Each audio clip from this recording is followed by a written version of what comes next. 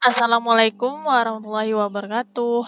Perkenalkan, saya Titania Nurhaliza dengan NIM C1C021230 dari kelas R12.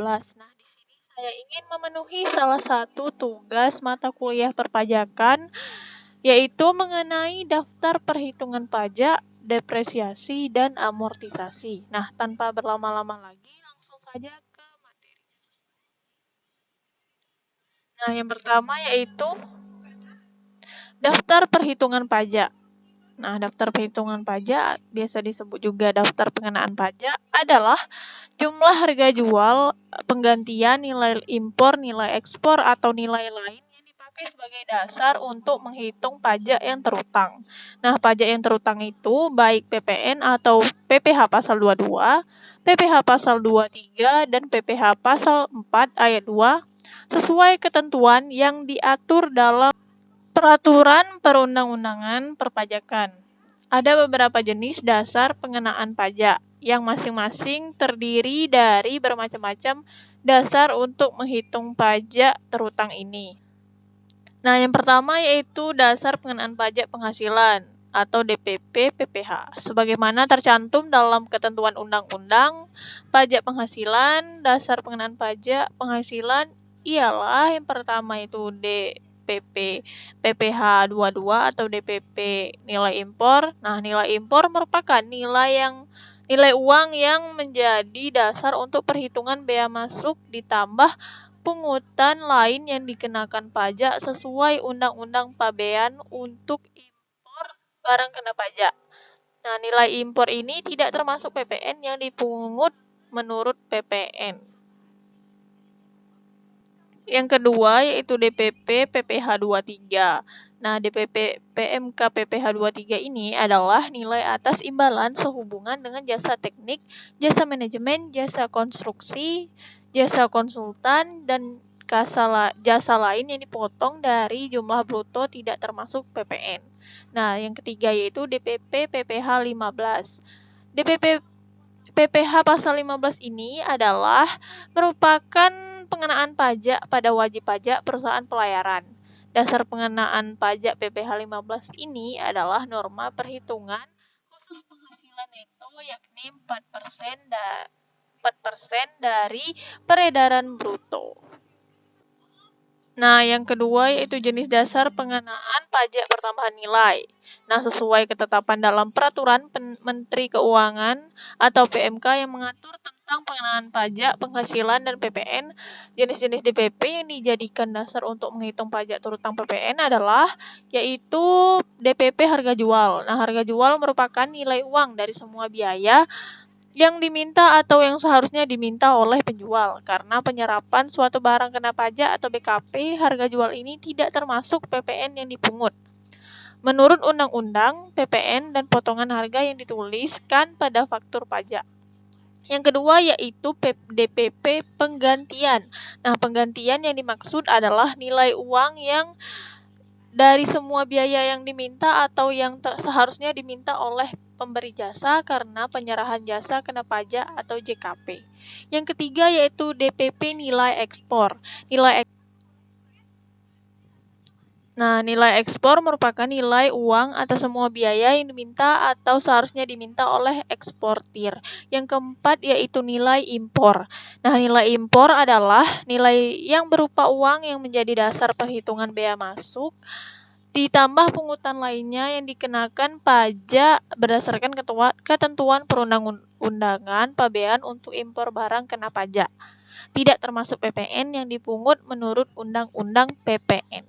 Yang kelima yaitu DPP nilai lain. Nilai lain menjadi suatu nilai uang yang dipakai sebagai dasar pengenaan pajak untuk penyerahan barang kena pajak atau jasa kena pajak. Nah, materi yang selanjutnya yaitu biaya-biaya. Pengertian biaya sendiri terbagi menjadi dua, yaitu deductible expense. Yang pertama, deductible expense ialah biaya yang diperbolehkan secara pajak untuk mengurangi penghasilan bruto. di dalam laba rugi. Tentunya terdapat pendapatan, HPP, dan rincian biaya lainnya. Dan secara pajak, biaya-biaya tersebut ada yang boleh dibiayakan dan yang tidak boleh dibiayakan. Apabila ada komponen biaya yang bisa dibiayakan, akan membuat penghasilan bruto berkurang dan otomatis akan membuat perhitungan pajak lebih rendah. Sedangkan non-deductible expense kebalikan dari deductible expense, yaitu biaya yang tidak diperbolehkan untuk dibiayakan atau dibebankan, yang artinya tidak boleh mengurangi penghasilan bruto secara pajak.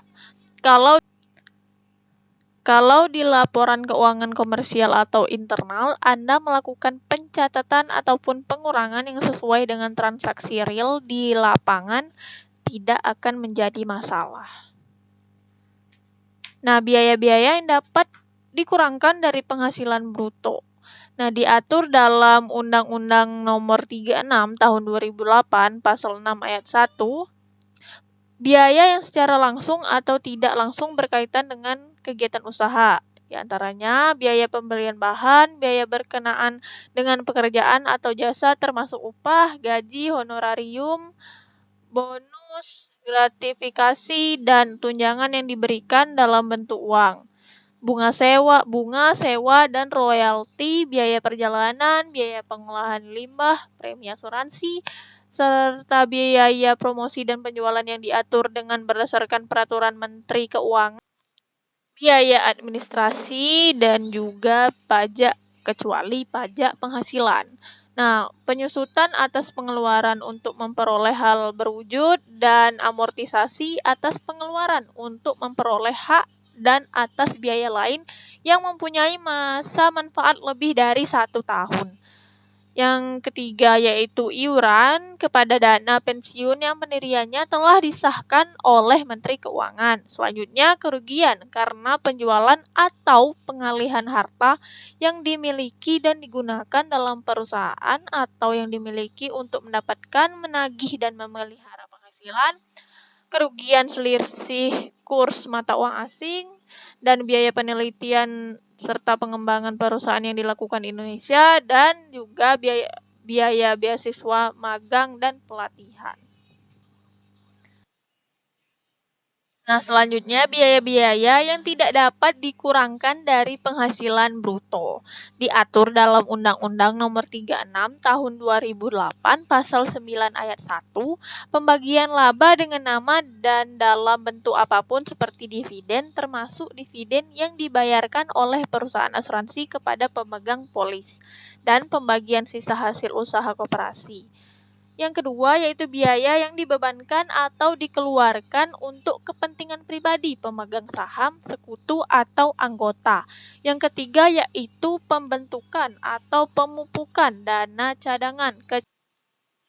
Yang keempat yaitu premi asuransi kesehatan, asuransi kecelakaan, asuransi jiwa, asuransi dwiguna, dan asuransi beasiswa yang dibayar oleh wajib pajak orang pribadi kecuali jika dibayar oleh pemberi kerja dan premi tersebut dihitung sebagai penghasilan bagi wajib pajak yang bersangkutan. Yang kelima yaitu penggantian atau imbalan sehubungan dengan pekerjaan atau jasa yang diberikan dalam bentuk natural dan kenikmatan, kecuali penyediaan makanan dan minuman bagi seluruh pegawai serta penggantian atau imbalan dalam bentuk natural dan kenikmatan di daerah tertentu dan yang berkaitan dengan pelaksanaan pekerjaan yang diatur dengan berdasarkan peraturan Menteri Keuangan. Nah, yang keenam yaitu jumlah yang melebihi kewajaran yang dibayarkan kepada pemegang saham atau kepada pihak yang mempunyai hubungan istimewa sebagai imbalan sehubungan dengan pekerjaan yang dilakukan. Selanjutnya yaitu PTKP. Nah, penghasilan tidak kena pajak atau PTKP merupakan besaran dari penghasilan yang tidak dikenakan. Artinya, seseorang tidak perlu membayar pajak apabila gaji bulanan tidak mencapai ketentuan PTKP. Meski sudah diringankan bebannya, orang tersebut tetap wajib melaporkan surat pemberitahuan atau SPT. Yang keempat yaitu depresiasi. Nah, pengertian depresiasi atau penyusutan adalah metode akuntansi pajak untuk mengalokasikan biaya aset berwujud atau fisik selama masa umur manfaatnya. Nah, penyusutan yang juga disebut sebagai depresiasi mewakili seberapa banyak nilai aset telah digunakan. Perhitungan tarif penyusutan akan berdampak terhadap laporan keuangan di dalam akuntansi serta pelaporan pajak sehingga nilai pajak dapat dihitung lebih efisiensi. Nah, untuk menghitung penyusutan, wajib pajak dapat membuat kategori berdasarkan jenis kelompok harta berwujud, masa manfaat, serta tarif penyusutan.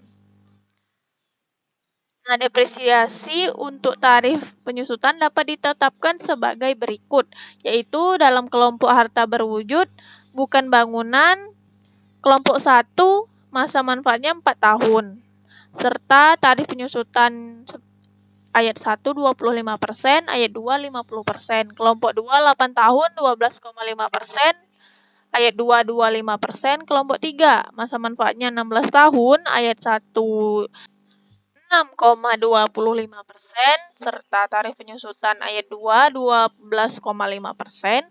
Untuk kelompok 4, masa manfaatnya 20 tahun, tarif penyusutan ayat 1 5%, dan tarif penyusutan ayat 2 10%. Kelompok harta berwujud bangunan permanen 20 tahun, serta tarif penyusutan ayat 1-nya 5%, bangunan tidak permanen 10 tahun. 10%. Nah, selanjutnya yaitu amortisasi. Nah, amortisasi atau atas pengeluaran untuk memperoleh harta tak berwujud dan pengeluaran lainnya termasuk biaya perpanjangan hak guna bangunan, hak guna usaha, hak pakai, dan muhibah atau goodwill yang mempunyai masa manfaat lebih dari 1 tahun yang dipergunakan untuk mendapatkan, menagih, dan memelihara penghasilan dilakukan dalam bagian-bagian yang sama besar atau dalam bagian-bagian yang menurun selama masa manfaat. Yang dihitung dengan cara menerapkan tarif amortisasi atas pengeluaran tersebut atau atas nilai sisa buku dan pada akhir masa manfaat diamortisasi sekaligus dengan syarat dilakukan secara taat asas. Amortisasi dimulai pada bulan dilakukannya pengeluaran, kecuali untuk bidang usaha tertentu yang diatur lebih lanjut dengan peraturan Menteri Keuangan. Nah, untuk menghitung amortisasi, masa manfaat dan tarif amortisasi ditetapkan sebagai berikut. Untuk kelompok harta tak berwujud, kelompok 1, masa manfaatnya 4 tahun. Tarif amortisasi garis lurus 25%, tarif amortisasi saldo menurun 50%.